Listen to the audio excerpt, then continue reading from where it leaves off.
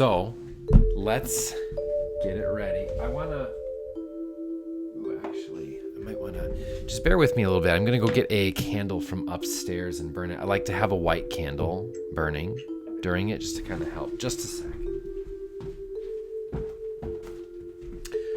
Looked in there because from the client before you, it burned all the way down. I didn't even realize that. Cool. Yeah, I love to burn these white candles. Let's get it in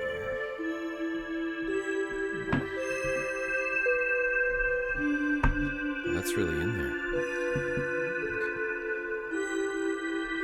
It helps when there's a lot of grief or heaviness, even in your own personal time, whenever you pray, or if you ever have like an altar at home, or if you ever have like private time to yourself and reflect. And that's a lot of times when our loved ones will come through and when we've got less on our plates, less on our mind, and then stuff that we can kind of be, I guess, ignoring can kind of come to the surface, and it's like, okay, now I've got to deal with this. White candles are really, really helpful during those times. They've helped me in my life a lot. Okay, so yeah. I don't know if I've ever bought a white candle in my life. They're good for rituals, they're good for clearing, they're good for calling in angelic energy. But yeah, we'll talk about that once I can figure out how to get this stuck on there. I usually have. Maybe I'll just hold it. I'll just hold it. Yeah, maybe I'll drip some wax on it. It's a really good idea, actually. There we go. Thank you for that. Yeah. I was like, otherwise I could just hold it like an altar boy the whole time. Thank you. Yeah, that's a good idea. Okay. So, I am recording this session for us too, and I use Google Drive.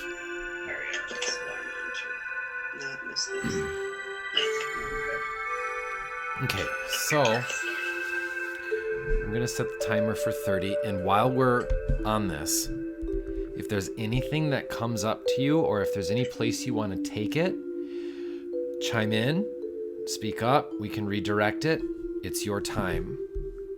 Otherwise, I'll just kind of smorgasbord through it and bring to light what comes up when and how it's being expressed or conveyed. So, okay, let's get it here on 30. I do this just so I can keep track of myself, because when I'm in the zone, sometimes I like really go there. Okay. So do you want to connect back to her? Was it a her that you wanted to connect with? Because I'm getting a female right now. Oh yeah, that's what it is. But there's a female that came right up as soon as I started that timer. You also have a really close connection with a childhood friend who was way back in the day. I don't think you guys have spoken that much recently. I think you should get back in touch with her. That would be Jamie, probably. Yeah. Because the overall sense that I get is that you feel from your perspective that life is just pulling you along, and you're like an anchor on the ocean bed, and you're just being scraped. Because wherever you try to really just anchor yourself, you feel like it's some sort of like cruel punishment from God looking at you and being like, hey, you thought you were gonna build yourself here? Nope, that's gonna crash down, and now you've got to be dragged somewhere else. And it's really been consistent like your entire life. And then you've gotten to the point where, like in your 20s, where you feel like, okay, whatever, I give up, I release to you, God. But then it's still continuing. It feels like it's still pulling you, like you feel like, okay, what else can I give you? Because at one time I actually had dreams and aspirations and goals and everything, but what I was doing wasn't working. Now let me release that. Let you show me how, but it's continuing. And you're like, what am I doing wrong? Why is it not going? It's like, I'm damned if I do, damned if I don't kind of thing. Yeah. 47 years.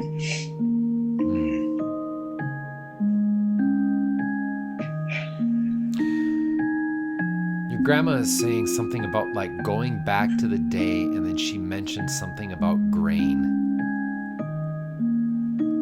I saw grain and I heard the word grain. It's like wheat or something. It could be symbolic of something.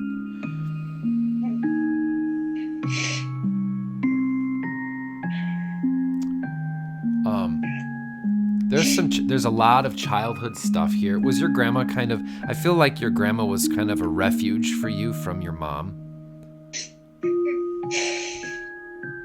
That's what that is. And your mom was jealous of that relationship, and it just made her more nasty towards you and her own mother too, because she felt abandoned by her own family. But was mean to them, but he was super nice to me, and all the girls in the family got mad at me because me and my grandpa were so close. So, and then when he passed, he left a lot to me and not as much to them and everyone. And so I split it between everyone equally, so no one was mad at me. But you feel like you still got sold out because of that anyway.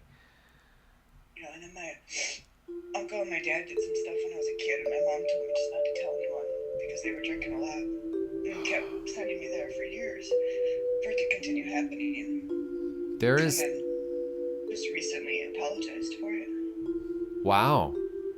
Yeah. That's really nice, because you wouldn't have put it past them at all. I thought they were going to take that to their grave. Yeah. And many of your relatives have. There's this. That is such a gift. They want to highlight that first and foremost, your guides, and they also want to say something. They want to say that this isn't just with you. This is with everybody in your family. There's this common thread, this theme of bitterness, resentment, fear, and judgment all put together, where it's like everybody feels like they're off on their own island. Nobody feels like anybody in the family gets them, yet they feel bound to the family at the same time. My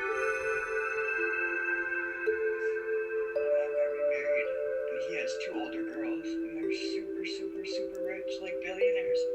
And so that's where that rift comes. That's what I get when you talk about that part of my family. My family's super divided and everywhere. Well, everybody. I feel like every single person involved, literally, they feel from their perspective that they have to do everything for themselves ultimately, or it's like self-sacrifice, but for what? They feel drained. Like everybody feels like they're giving in more than they're receiving. Every single party, whether that's true or not, like Spirit is bringing that point home, that people feel abandoned because I'm trying to say it in such a way that's not so harsh, but it's almost like you're more receptive to it being put that way because you've lived a whole lifetime of judgment.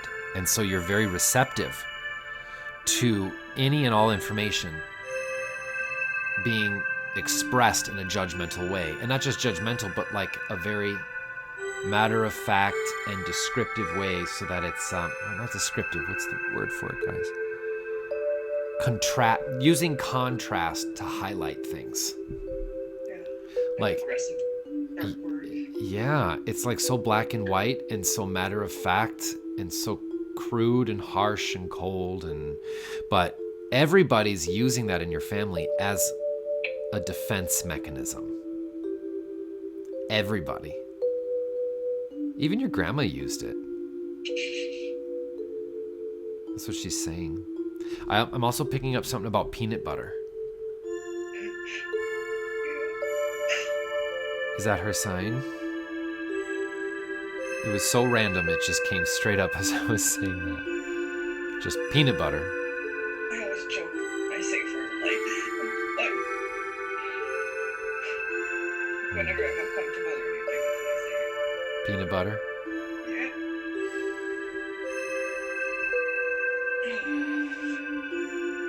You're learning how to release shame, how to feel the shame.